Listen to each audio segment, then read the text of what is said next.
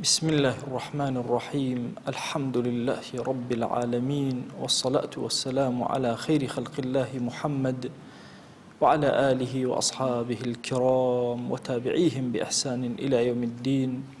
ربنا أرنا الحق حقا وارزقنا اتباعه وأرنا الباطل باطلا وارزقنا اجتنابه.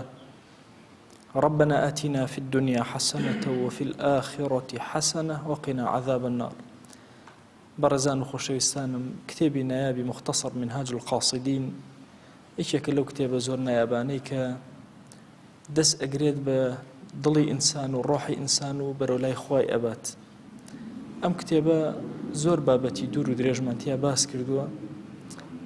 ئەم کتێبە پیرۆز و نایابە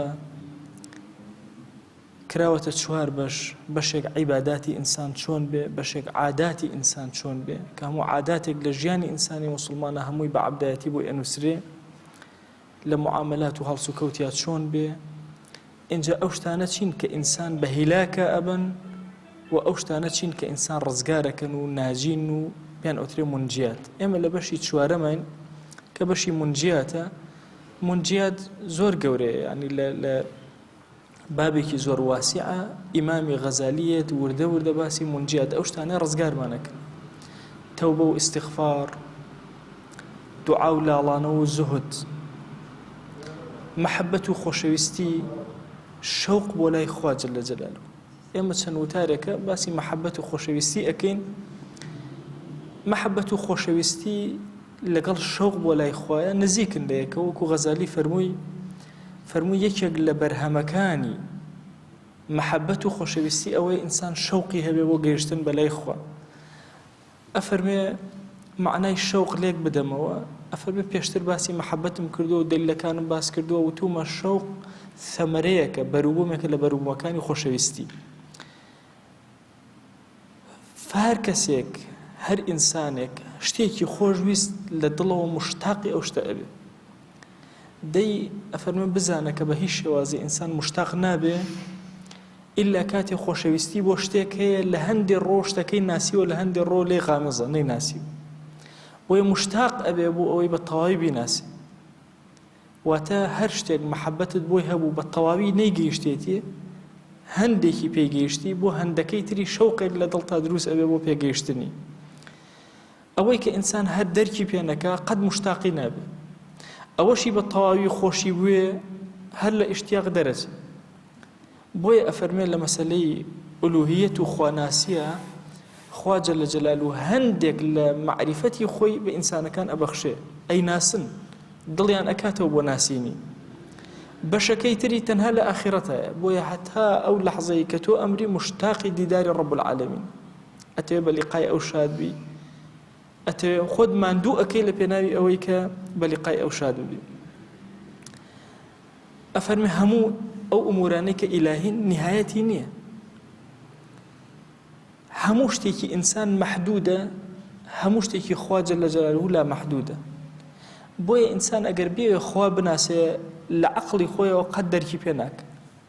پیرەمێرد ئەفەرمێ خوایە بە عەقڵ ڕێم پێ نەبردی، پیرێژنانە بڕوان پێ کردی. ئەڵێ چارم نەما، هەرچی بیرم ئەکردەوە عەقڵی من حدودی هەیە، تۆش لا حدودی نەمتوانی تێبگەم. پێغەمبەران عەلەیهیمو سەڵات وەسەلام عەقڵیان کولی بوو، لە تۆ ناسینە عەقڵی کولی بوو. ئەفەرمێ پێغەمبەری خوا صلی الله عەلەیه و ئالیه وسەلەم عەقڵێکی کولی هەبوو کە چی لە تۆ ناسینە هێشتا عەقڵی کول بوو، چونکە حدود نییە ئیلا لە ئاخرەتا نەبێ کاتێک کە ئینسانەکان ڕؤیەتی خوا بە چاوی سەری خۆیان ئەبینن، اینجا لە تەواوی معانی ئیلاهی تێئەگەن. ئەفەرمێ هەموو ئوموڕ ئیلاهیەکان نهایەتیان نییە. خوا بۆ هەر یەکێک لە عەبدەکان تۆزێکی پێداوە. هەندێک لە ئەولیا شتی گەورەتریان بەرکەوتووە، هیچ عەبدێک نییە عەبدایەتی کە بەشێک لە بەشەکانە خوای ناسیوە، جۆرێک لە جۆرەکان خوا ناسی بۆ دروست بووە. بەڵام کەماڵی معریفەتی خوای جەلە جەلالوه نییە. زۆر شت هەیە کە ئەم تێی نەگەیشتووە. ئەگەر ئێمە سەیری عیلمی خواکەین، هەرچی ئەهێنین و ئەبین، عەقڵی ئێمە کۆتا ئەبێ، عیلمی خوا کۆتا نابێ. ئەمانەوە نا، لەناو هەموو مەخلوقاتی خوایە بەس لە ئینسان تێبگەین. مرۆڤایەتی تەواو بێشتە لە ئینسان تێنەگەیشت. ئەمانەوە تەنها لە گوڵێک تێبگەین، خۆمان تەواو بین لە گوڵەکە تێنەگەیشت. بڕواکەن جاریەوە هەیە دارێک ئەبینی ڕەنگی دارەکەی قاوەیی بەرز بۆتەوە یەکێک لە گەڵاکانی سەوز و لقەکانی سەوز و گەڵاکان سەوز گوڵەشی گرتووە 5-6 ڕەنگ بە پێی قیاسی عەقڵی من بێ ئەبێ گوڵەکەش هەر قاوەیی بێ وەکو دارەکە چونکە لە قاوەیەوە ئەم ڕەنگەی بۆ ئەڕوە چۆن بوو بە سەوز چۆن بوو بە سوور چۆن بوو بە زرد چۆن ئەم هەموو لەونە پێکەوە تێکەڵ بوو لەگەڵ یەکترە نازانم ژیانم تەواو ئەبێ هێشتا بە دیار گوڵێکەوە دانیشتم و تێناگەم لە مولولەکانی کە چۆن ژیان بەسەر ئەبە حەیات و عەیشی گوڵێک تێناگەم چجای حەیات و عەیشی خۆم بەتەواوی بە کامڵی تێبگەم بۆیە علمی خوا سنووری نییە قودرەتی خوا سنووری نییە دەسەڵاتەکانی خوا جەل جەلالوه بێ ئینتیهایە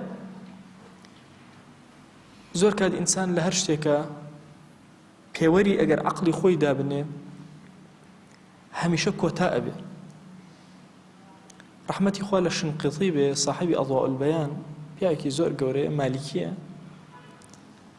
ئەفەرمێ هەندێک لە سەلەف و تویانە کە باسی دەستی خوات کرد دەستی خۆ بخەرە پشتێ ئەفەرمێ مە زۆر هەڵەیە ئەفەرمێ ئەسڵ نابێ کە باسی یەدی ئیلاهی ئەەکەی بە هیچ شێوازێ شتێکی ئینسان بێتە مێشکە دەگە نەعەقیدە و تەواو نییە کە باسی علمی خوات کرد نابێ هیچ شتێک لە علمی ئینسانیەت بێتە مێشکت ئەگە نەعەقیدەدا نەمەزراوە باسی هەر شتێکی خوات کرد جەل جەلالوه نابێ ئینسان بێتە زەینت هەر چۆن ئەگەر ئێستا ئێمە بڵێن فلانە ئافرەت مناڵێکی بووە یەکسەر ئێمە تەسەوورەکەین ئینسانێک لەدایک بووە قەت بیر لەوە ناکەینەوە بزنێک نایەتە زەینمان ئەبەت ئەو توشتە دوورە لە یەکەوە قەت نایەتە زەینمان بە هەمان شێواز عەینەن لە مەسائیلی ئیلاهیاتە نابێ هیچ شتێکی ئینسانی بێتە زەین چونکە ئەوە لا نیهایەتە ئینسان هەموو شتەکانی بە نیهایەتە و بە کۆتایە بۆیە دائیمە خوا جەل جەلالوه هەندێک لە شتەکانی خۆی پیشانی عەبدەکانەدا لە سوچێک لە سوچەکانە هەیە لە علمی خوا زۆر قوڵە بێتەوە هەیە لە نزیکی و قوربی خوا هەست پێ ئەەکە هەر یەکە بە شێوازێک لە شێوازەکان خوای گەورە شتێکی پێ عەتاءەکە ئەفەرمێ ئەو کەسێک کە عاریفە بەخوا مهم ئەزانێ کە خوا جەل جەلالوه کۆمەڵێک صفات و کۆمەڵێ ئەسما و کۆمەڵێ ئەوان ئەزانێ ئەو ئومورە گشتیانەی ناو عەقیدە ئەزانێ و ئەزانێ هەرچی شتێک هەیە هەمووی معلومەیە لای خوا جەل جەلالوه و ئەزانێ ئەوەی کە ئەم ناسیوێتی لە خوا ناسینا زۆر زۆر کەمترە لە خودی خوددا جەل جەلالوه لە خودی ئەڵڵاه جەل جەلالوه ئەم شتێکی کورتی زانی و مالانیهایە لەوێ دەی ئینسان ئەگەر بەم شێوازە بێ شەوقی زیاتر ئەبێ بۆی زیاتر خوا بناسێ کاتێک کە ئینسان ئەبێتە وەلی خوا جەل جەلالوه هەندێک شت ئەزانێ هەندێک لە عولەما ئەفەرموون ئەو کەسەی کە پلەی ویلایەتی ئەدرێتێ هەر دوعایە بکە دوعاکەی گیرا ئەبێ ئەڵێ هەندێک جار خۆی دەرێک بەمە ناکە کە دوعاکەی گیرا ئەبێ هەندێک جاریش دەرکی پێ ئەگاتە ڕوتبەیەکی وە ئەشزانێ دوعاکەی گیرا ئەبێ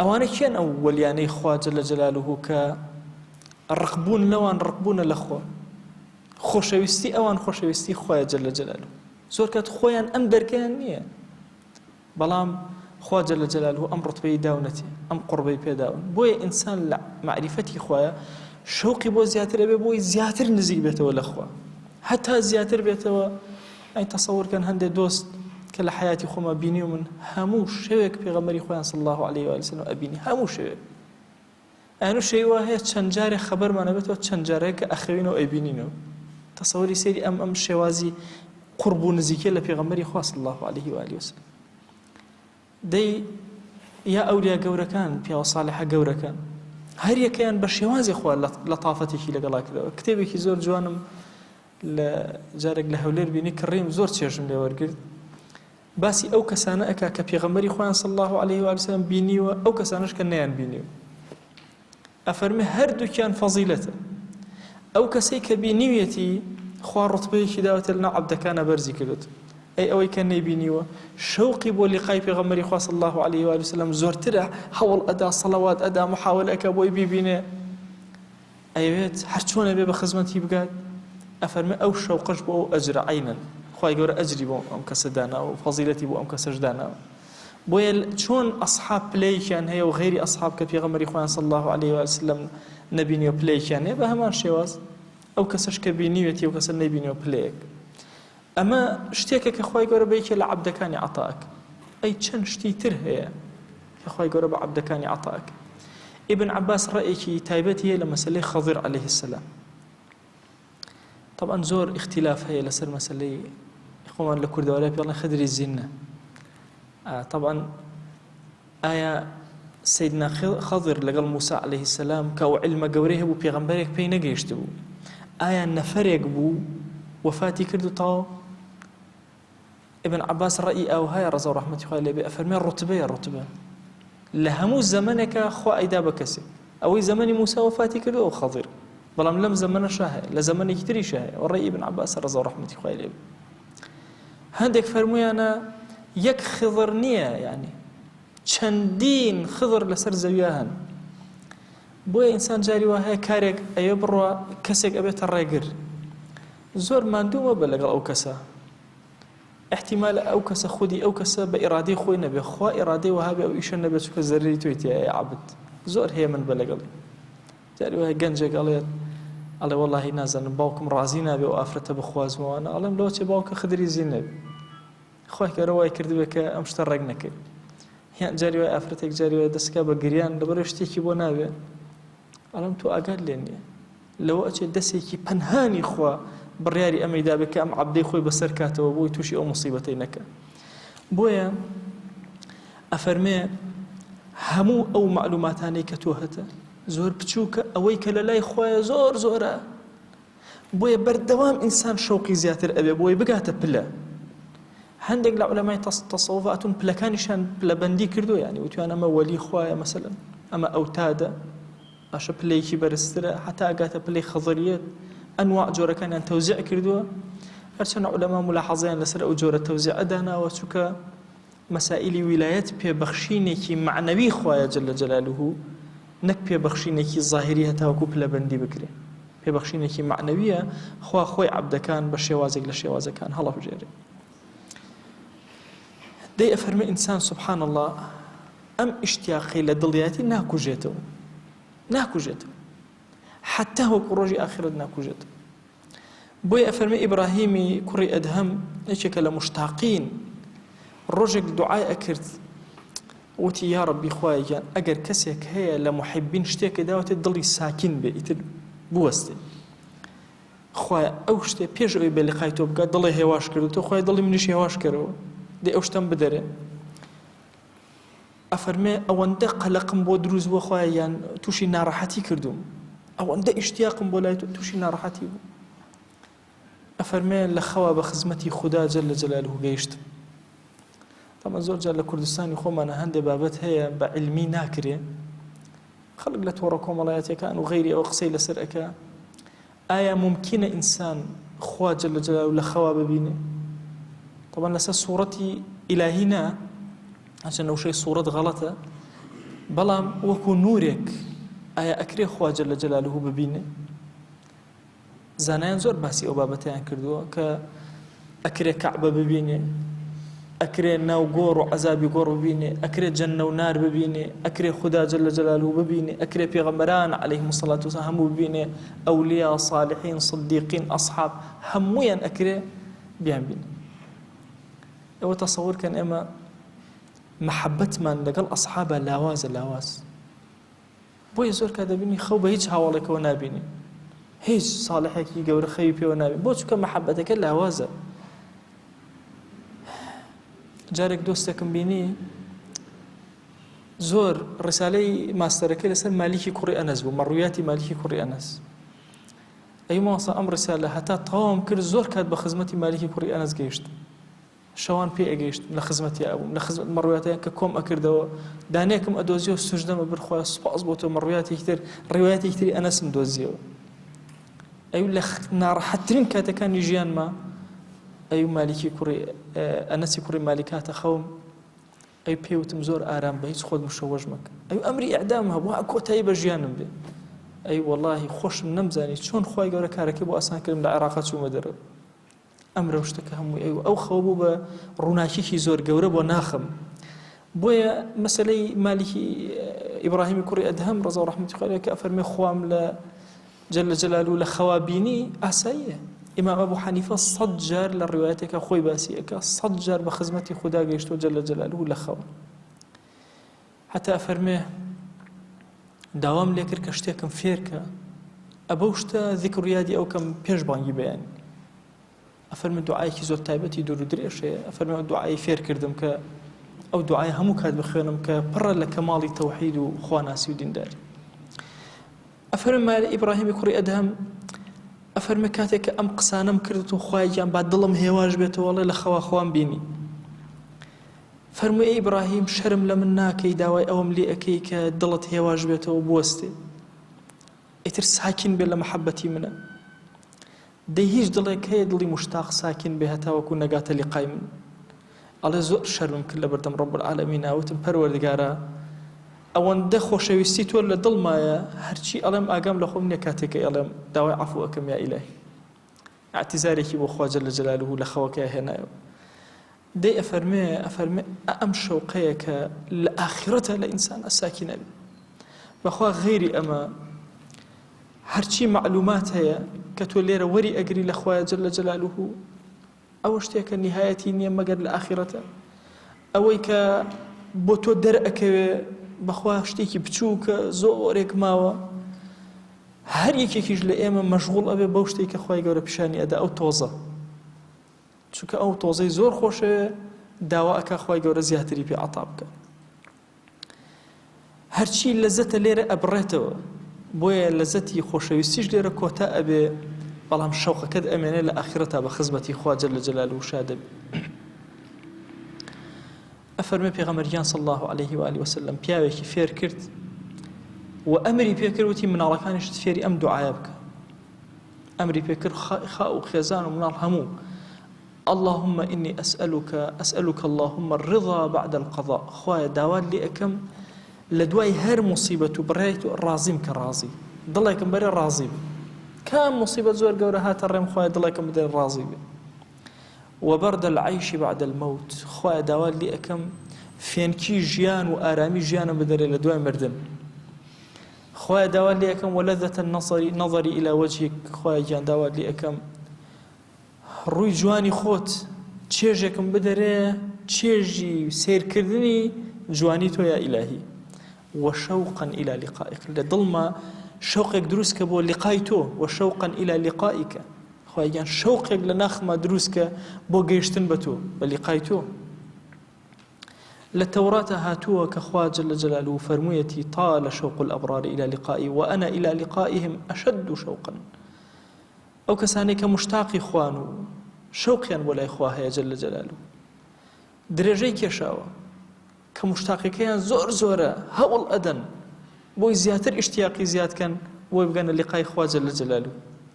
خوا جەل جەلالوهو ئەفەرمێ من زۆر زیاتر لەوان مشتاقم بە دیداری عەبدەکانم کە پێیان بگەم. لە هەندێک لە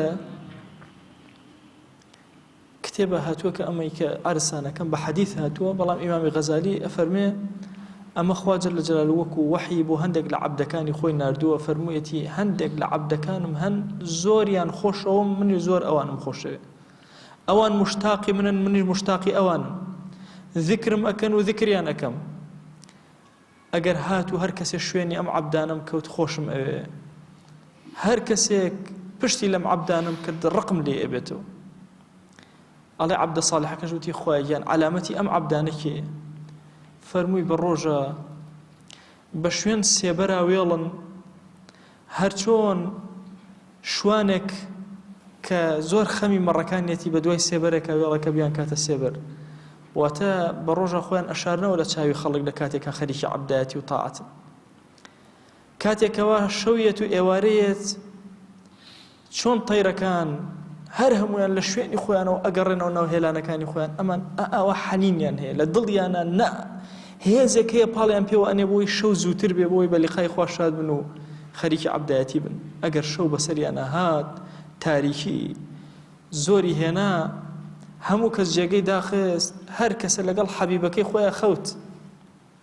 ئیتر حەبیبەکەی هەر شتێک مۆبایلەکەیەتی لەگەڵ ئەخەوێ ئافرەتێکە لەگەڵی ئەخەوێ مناڵێکێتی لەگەڵی ئەخەوێ ماڵ و دارایەکەیەتی لەگەڵی ئەخەوێ هەر شتێک خەلا كل حەبیب بحەبیبه ئەمانە هەڵئەسنەوە قاچەکانیان بەرزەکەنەوە دەم و چاویان ڕائەخەن هاوار لە خوا ئەکەن بە کەلامی خوا مناجات و قسە لەگەڵ خۆیان ئەکەن بە قسەی خوا واتە قورئان ئەخوێن چۆن ئینسانێک سوال کات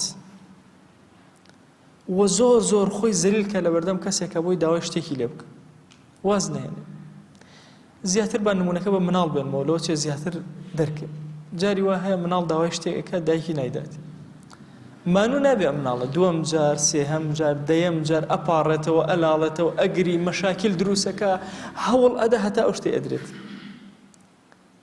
پێی ئەوترێ لەوە چێ لە زمانی کورا بڵێن ماستاو ئەکە هەندێک جار پێ بڵێن خۆی هەڵەواسێ بە شتەکە هەوڵ ئەدا حتا دەستگیری ئەبێ ئەفەرمێ ئاوا داوام لێ ئەکەن هەوڵ ئەدەن لەگەڵ خوایە ئەو نعمەتەمانەوێ ئەو ئەبەو شێوازە داوام لێ ئەکەن هەیانە هاوارەکە دەنگی لە بەرزە بێت هەیانە ئەگرێ و فرمێسکدا ئەبارێن هەیانە تەوبە ئەکات و ئەگەڕێتەوە هەیانە شکایەت حاڵی خۆی ئەکات و شکایەتی خۆی بەرزەکاتەوە هەیانە ئۆف و ئازارەکانی ناخی بەرزەکاتەوە هەیانە قائیمە بە پێوەیە هەیانە قاعیدە دانیشتووە لە تەحیاتە هەیانە لە ڕکوعایە هەیانە لە سوجودایە زۆر مانوو ئەبن کاتێکەوە لە پێناوی منە لەبەر چاوی منە کەس ئاگای لێ نییە خۆیان عەبدایەتی ئەکەن زۆر خۆیان مانووەکە نەک لەبەر چاوی عەبدەکان لەبەر چاوی ڕەب العالەمینە زۆر خۆیان هیلاکەکەن و کاتێک ئەزانن من گوێیان لێ ئەگرم لە شەوە درەنگانێکە هەموو ئەو شکایەتانەی کە خۆیان بەرزی ئەکەنەوە بۆ من هەمویان لە پێناوی ئەوایە خوای خۆشەویستیمان بۆ خۆت زیاد کە محەبەتمان زیاد کە شەوقمان زیاد کە لیقامان بۆ خۆت زیاد کە ئەپار ئەمانم داوا لێ ئەکەن ئەم عەبدانە ئەگەر دۆزیتنەوە شوێن ڕێیان کەوە ئەگەر خلافت کردن بزانە تووشی مەقتی خوا ئەبیت و ڕقی خوا و غەزەبی خوا ئەبیت مەسائلی شەوقی خوا جەل جەلاله لە هەر دڵێکە هەبوو ئیتر ئەو دڵە ئارامی لێ ئەبڕێ تەسەوورکەن کاتێک کە نێرومەیەک بێنە پێشاوی خۆتان کە شەوقی لیقا لە نێوانیان هەیە یەکتریان خۆشەوێ لە ڕوویەکەوە یەکتریان ناسیوە ئەیانەوێ بە یەکتر بگەن هەموو هەوڵێک ئەدەن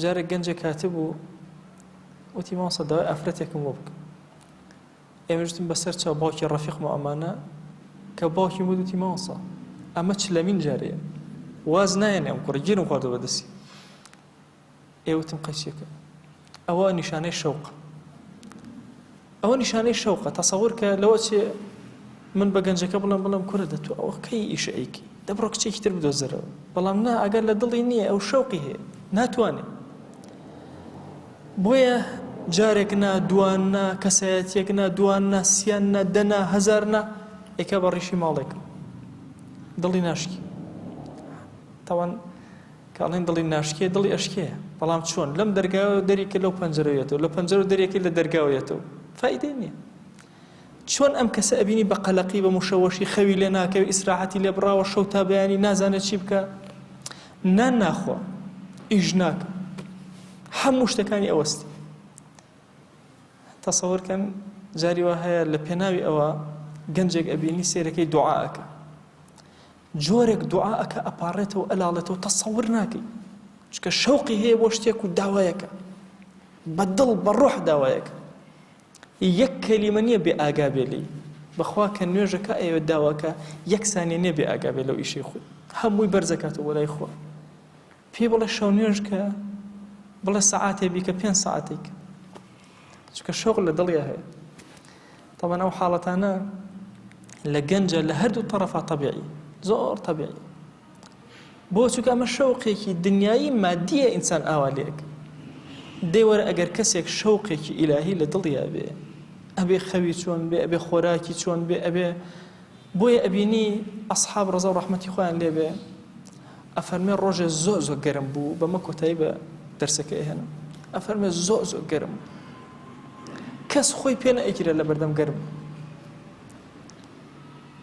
ئەفەرمێ هەموو کەس هەوڵی ئەدا لە سێبەرێکە تەنانەت ئەگەر لە سێبەری وشترەکەشیا بێت تۆزی خۆی بخاتە ژێر سێبەرێکە ئەڵێ لەم کاتە پرسیاریان کرد کێ بە ڕۆژووە کێ بە ڕۆژوو ئەفەرمێ تەنها دوو کەس بە ڕۆژوو پێغەمبەری خوا صلی الله عليه وآله وسلم عەبدوڵڵای کوڕی ڕەواحە ئیمامی عەلی ئەفەرمێ یەکێک لەو شتانەی کە زۆرم خۆشەوێ الصەوم فی الصەیف ئەوەیە لە مانگی ڕەمەزانە ڕۆژوو بگرم لە کەیە لەو کاتێک کە زۆر زۆر گەرمە ئەلەو کاتە بە ڕۆژوو بم بۆ ئیشتیاقی بۆ لای خوا جەل جەلالوهو ئەو هایە حەزەکە زیاتر خۆی ماندووکە بۆی پێی بگە هەزاران ڕێگە ئەگرێتە بە ڕێگای زیکر ڕێگای قورئان خوێندن ڕێگای شەو نوێژ ڕێگای هەموو تاعەتەکان ئەگرێت بەس بۆ ئەوی بە لیقای خوا شاد چونکە شەوقەکە پاڵی پێوە ئەنێ هەموو لە دەرگا و پەنجەرەوە پەلامار ئەدا بۆی نوری ئیلاهی لە دڵیا جێگیر ئەمە ئەو شەوقەیە لە دڵی ئینسانی موسڵمانە کە بەرەو لای خوای جەل جەلالوهو ئەبە واللهی ئەگەر ئەم شەوقە نەبێ ئینسان ناتوانێت نوێژێکی بەیانی هەڵسێ و دەست نوێژەکەی جێبەجێکە و لەبەر ئەمە شەوقێکە پاڵی پێوە ئەگەر ئەم شەوقە نەبێ ئینسان ناتوانێت لە کاتی سەرمایە دەست نوێژ بگرێت ئەگەر ئەم شەوقە نەبێ ناتوانێت ئەم هەموو جۆرە عەبدایەتیە کە بەسەر ئینسانەوە هەموو جێبەجێک هەر لە چاکەکاری لەگەڵ دایک و باوکەوە بگەرە لە دانشۆردنێکەوە بگەرە هەتا دەسەڵات و حوکم هەمووی عەبدایەتی پەلامار ئەدا هەمووشی جێبەجێیەکە خۆشی مانووەکە لە پێنەوێ ئەمە شەوقە پاڵی پێوەنێ بۆ ئەمان خوای گیان داوات لێ ئەەکەین لێت ئەپاڕینەوە لێت ئەلاڵینەوە خوایە شەوق لە دڵ دەروونمانە بۆ ذاتی ئیلاهی خۆت زیاتر کە یا رب العالمین خوایە داوات لێ ئەەکەین دامان مەزێن لەسەر خوا ناسی خوایە داوات لێ ئەەکەین عەبدایەتەکانمان لێ قبوڵ کە لە گوناهەکانمان ببورە سەترمان کە یا رب العالمین خوایە تۆ صاحبی دڵەکانی ئێمەی دڵەکانمان ڕاکێشە بۆ لای خۆت یا رب العالمین نێوچەوانمان بگرە بەرەو لای خۆت یا ئەکرەم الئەکرەمین خوایە لە گومڕایی لامان بدە پەنامان بدە داوات لێ ئەەکەین بە ناوی جوانت بە صیفەتی بەرزە بە ئیسمی عەظەمت عەقیدەی موسڵمانان عەقیدەی ئیسلامی لە ناخمانە بچەسپێنە بمانگەڕە لەو عەبدانەی کە تۆ خۆشتەون یا ئیلاهی بمانگەڕە لەو عەبدانەی کە دڵیان پڕە لە مەحەبەتی تۆ یا ئەکرەم الئەکرەمین بمانگەڕە لەو عەبدانەی کە ڕازین بە قەزای تۆ بمانگەڕە لەو عەبدانەی کە لەزەتی بینینی تۆ یا ئیلاهی لە دڵیانایە و هەموو لەحظەیەک چاوەڕێ ئەوە ئەکەن کە بە لیقای تۆ شاد بن یا رب العالمین خوایە بمانگەڕە لەو عەبدانەی کە ئێشک ئەگرن لە پێناوی ئەوەی بە لیقای تۆ شاد بن یا رب العالمین خوایە داوات لێ ئەەکەین بە ناوی جوان بە صیفەتی بەرزە بە ئیسمی عەظەمت هەرچی چاکەی دنیایە پێمان عەتاکە هەرچی چاکەی ئاخرەتە پێمان عەتاکە یا ئەکرەم الئەکرەمین خوایە هەرچی خراپەی دنیایە پەنامان بدە خوای ئێمە زمانمان کول لە دوعایە بە زمانی پێغەمبەریان صلی الله عليه وآله وسلم دوعاکەین خوایە ئەو خۆشەویستەمان هەر شتێکی لە هەموو عمریا داوای لێ کردووی ئێمەش داوات لێ ئەەکەین و پێمان عەتاکە هەر شتێک پەنای پێگرتووی خوایە ئێمەش پەنات پێ ئەگرین و پەنامان بدە یا رب العالمین آمین آمین والحمد لله رب العالمين وصلى الله على سيدنا محمد وعلى آله وصحبه وسلم تسليما كثيرا أبدا إلى يوم الدين